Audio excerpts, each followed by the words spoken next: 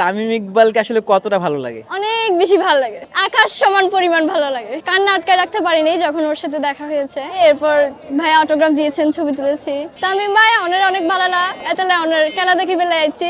আমার প্রতিটা প্লেয়ারই অনেক ফেভারিট পঞ্চপাণ্ডবের। একইভাবে তামিম ভাইয়ের জন্য রেখেছি, তামিম ভাইয়েরটা পূরণ হয়েছে। আমার মেয়ে যে এত ওদের ফ্যান, আশা করি আমার মেয়েরা স্বপ্নটা যেন পূর্ণ হয়, ওর ডায়েরিটা যেন পূর্ণতা পায়।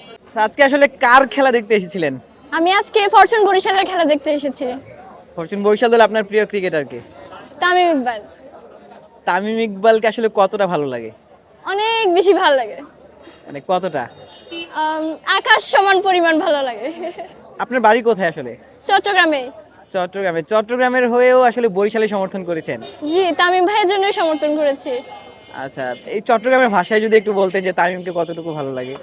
চট্টগ্রামের ভাষায় আচ্ছা, তামিম ভাই অনেক অনেক ভালো লাগে, এতলে অনেক খেলা দেখি বেলা আইছি। অনেক 50 গোর জন্য তাহলে অনেক ভালো লাগে। আরেক কিছু রান করে তাইলে আরো হয়তো ভালো লাগতো, অনেক ম্যাচ গান ফিনিশ করে তাইলে অনেক ভালো লাগতো। তামিম ইকবালকে আসলে জাতীয় দলে এখন আর দেখা যাবে না, ওই ব্যাপারটা আসলে জানেন কিনা বা কতটুকু খারাপ লাগে?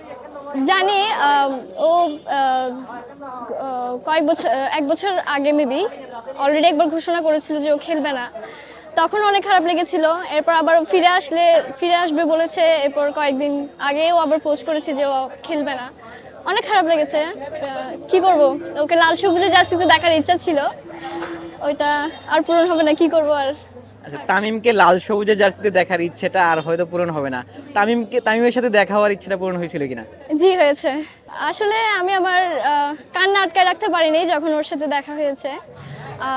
একটা ফেয়ারে ওর সাথে দেখা হয়েছিল, কিন্তু আমি প্রথমেই অটোগ্রাফ নিতে পারি নাই, যার কারণে আমার আরো অনেক বেশি খারাপ লেগেছিল।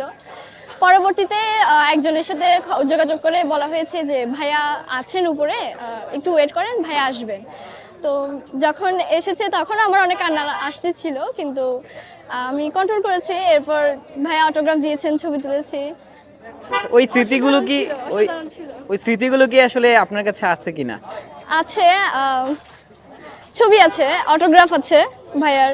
ভাইয়ার অটোগ্রাফ আমার আরেকটা ডায়েরিতে ছিল, বাট আমি ওইটা কাট করে আরেকটা নতুন ডায়েরিতে লাগিয়েছি।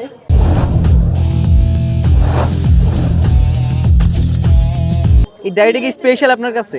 অনেক বেশি স্পেশাল, কারণ আমি এই ডায়েরিতে সবার ছবি রেখেছি, সবার অটোগ্রাফ নেওয়ার জন্য। আমি শুরুতেই পঞ্চপাণ্ডবের ছবি রেখেছি, কারণ আমার প্রতিটা প্লেয়ারই অনেক ফেভারিট পঞ্চপাণ্ডবের।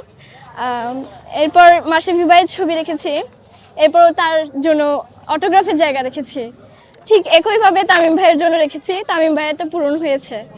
এরপর সাকিব ভাইয়ের জন্য রেখেছি, সাকিব ভাইয়ের অটোগ্রাফের জন্য জায়গা রেখেছি।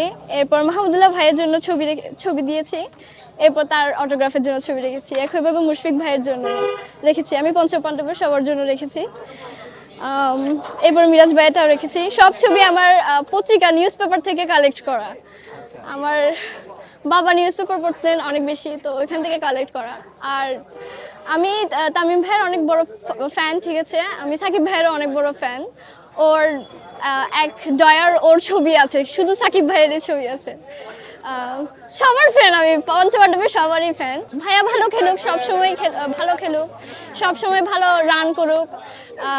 ভাইয়া খুব ভালো একজন অধিনায়ক তো আছেন। ভাইয়া আরো উন্নত হোক তার জীবনে, আমি শুধু এইটুকুই চাই। আমার মেয়ে যে এত ওদের ফ্যান, আমি নিজেও অনেক সময় আপসেট হয়ে থাকি। আমার আশা করি আমার মেয়েরা স্বপ্নটা যেন পূর্ণ হয়, ওর ডায়েরিটা যেন পূর্ণতা পায়।